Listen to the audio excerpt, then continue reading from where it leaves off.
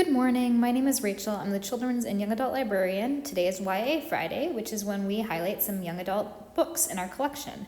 Today I'm going to be talking about 3 books that I haven't read, but that are on my reading list for things that I'm very curious about. The first book is called 5 Feet Apart. It's by Rachel Lippincott. It is about Stella and Will, who are both in the hospital.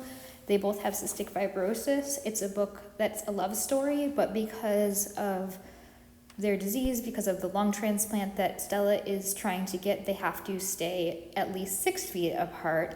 I haven't read this book yet. I'm curious about it. I've heard mixed reviews from folks in the cystic fibrosis community, so if that's you and you have an opinion you want to share about this book, I'd love to hear it.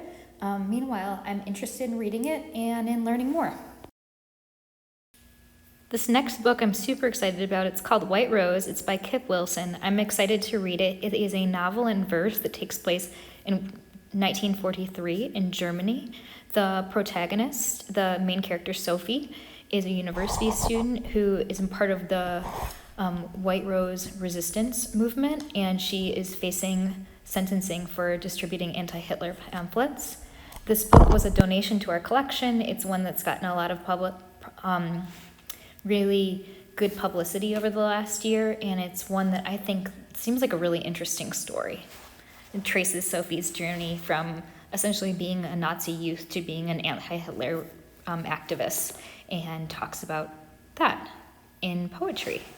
If you've read it, I'd love to hear what you think, and if you end up reading it, I'd also like to hear what you think.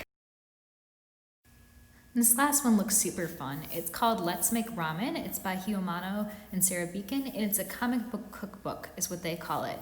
It's this really cool hybrid of like a graphic novel and a cookbook about making ramen. I love the illustrations. I really like how simple and easy to follow it is.